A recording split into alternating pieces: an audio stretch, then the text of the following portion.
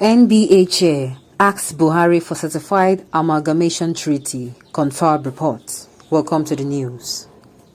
Chairman of the Nigerian Bar Association NBA, Ilesa Branch, Barrister Kama Ajibola, has requested certified copies of the 1914 Amalgamation Treaty and 2040 Confab report from President Muhammadu Buhari.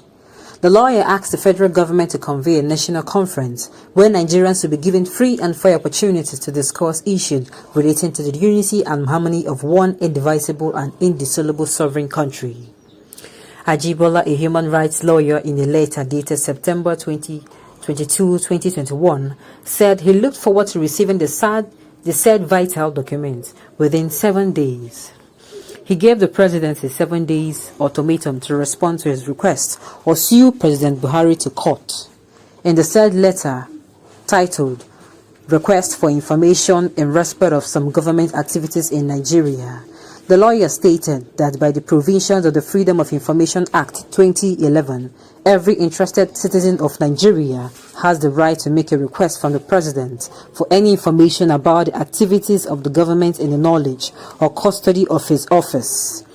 In addition, I am also requesting information on the following: on why the federal government will not convene a national conference where Nigerians will be given free and fair opportunity to discuss issues relating to the unity and harmony of one indivisible and indissoluble sovereign country, and the Nigerian people will still continue to live in unity and harmony as one indivisible and indissoluble sovereign country. Then, on what terms and conditions, particularly where the Igbo nation will not be calculated out of the Nigerian presidency as an outcast? Barrister Ajibola queries. The NBA boss further explained that if by expiration of 7 days there was no reply to his request, he will be heading to court, while noting that by the placement of the constitutional duty, every citizen of Nigeria has the right to make a positive and useful contribution to the advancement, progress, and well-being of the community where he resides. Wow. People are beginning to wake up, and it is a good thing. People are now waking up to the fact that we run a democratic system of government and certain things are supposed to be done. Certain things are supposed to be done. The fundamental human rights are not supposed to be infringed by anybody. There's supposed to be supremacy of the law. And of course, citizens have a right to ask for information, and they are giving answers to their questions. They have the right to go for their protest, a peaceful protest, and they are listened to, not attacked.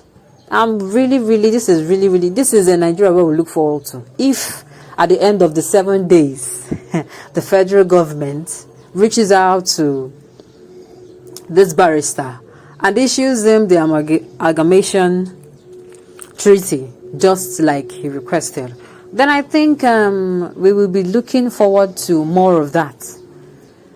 More of that, since we run a democratic system of government and not a dictatorship, I beg your pardon, system of government. It should be expected. It is only the right thing to do. Things should be done the right way, except we are not practicing a democratic system of government.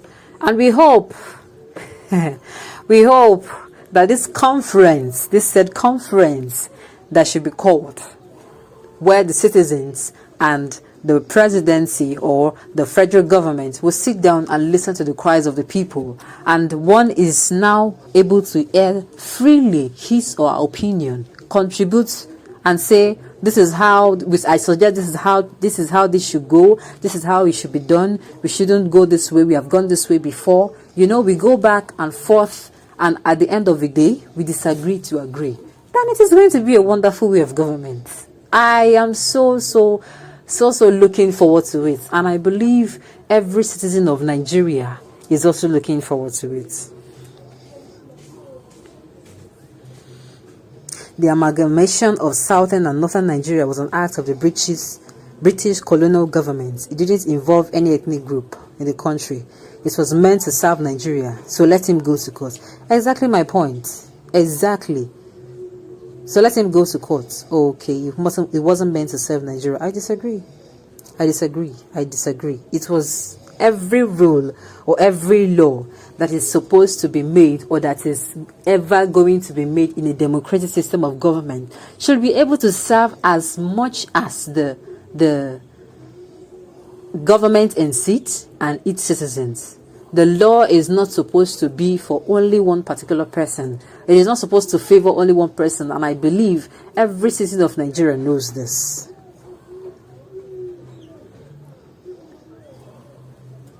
Why are people raising unnecessary notice to be noticed? 1914 amalgamation has been overtaken by the constitutional arrangement of 1959, in which our independence came through in 1960. This was couched by the groups representing the North, the East, and the West. It is not true that the British favored the North to become the primus inter pares. By the results of the elections of 1959, NCNC, led by Dr. Nnamdi Azikiwe, came first by popular votes, while the AG of Chief Awolowo came second, and the NPC of Alhaji Almadu Bello came third. It was because the NCNC merged with NPC that the South lost out.